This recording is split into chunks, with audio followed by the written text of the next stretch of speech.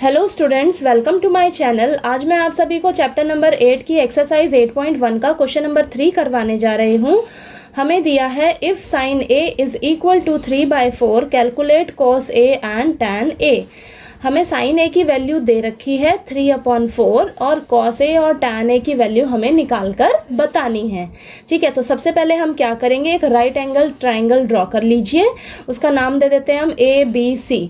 ठीक है, right angle ले लेते हैं, यानी कि बी पॉइंट पर हम 90 डिग्री ले लेते हैं। ठीक है, और क्वेश्चन में एंगल ए की बात की जा रही है तो एंगल ए को कंसीडर करेंगे। ठीक है, अगर एंगल ए को कंसीडर करेंगे तो एंगल ए के सामने वाली जो साइड है ना, वो हमारी हो जाएगी परपेंडिकुलर, और जिस साइड पर ये एंगल्स बनेंगे ये साइड हो जाएगी हमारी बेस, और ये सबसे लंबी वाली साइड जो हो जाएगी वो हमारी हो जाएगी हाइपोटेन्यूज। ठीक है, अब हम क्या लिखेंगे, हमें यहाँ पर गिवन है साइन ए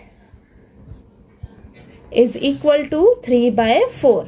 ठीक है, मैंने आपको शॉर्ट फॉर्मूला बताया था, पीले बेटा पीले हर हर बोल के, यानी कि ये जो फर्स्ट वाला है ना, ये आपका किसका फॉर्मूला है, साइन का, परपेंडिकुलर अपॉन हाइपोटेन्यूज। तो ये हो जाएगा हमारा परपेंडिकुलर अपॉन हाइपोटेन्यूज। यहाँ पे परपेंडिकुलर है आपका BC और हाइपोटेन्यूज क्या है, AC। ठीक है, यानी कि परपेंडिकुलर कितना हो जाएगा आपका 3 और हाइपोटेन्यूज कितना हो जाएगा 4। ठीक है, तो यहाँ पर आप लिख लीजिए, ये आपको दे रखा है 3 और ये आपको दे रखा है 4।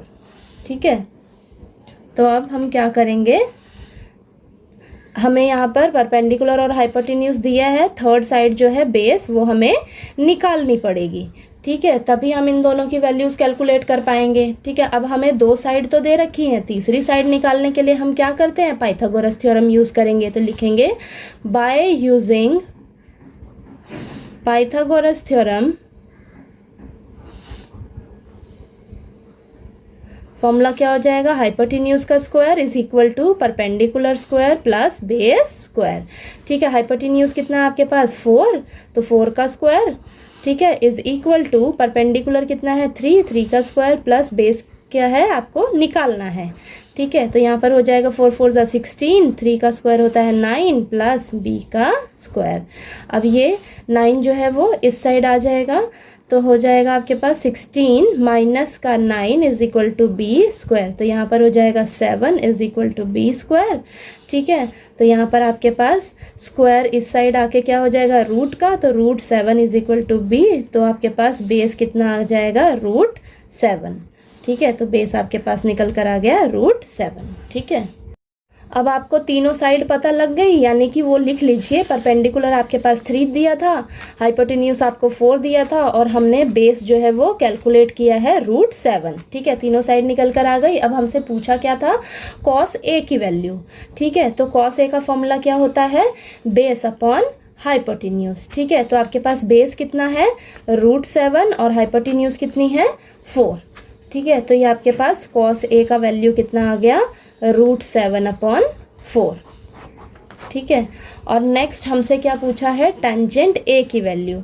तो यहाँ पर लिख लेंगे tan A is equal to, tan A का फॉर्मूला क्या होता है, यहाँ पर परपेंडिकुलर अपॉन बेस। ठीक है, तो ये हो जाएगा आपके पास परपेंडिकुलर कितना है आपके पास 3 और बेस कितना निकल कर आया है √7, तो tan A की वैल्यू आ जाएगी हमारे पास 3/√7। ठीक है, ये आपके पास कॉस ए और टेंजेंट ए की वैल्यू निकल कर आ गई।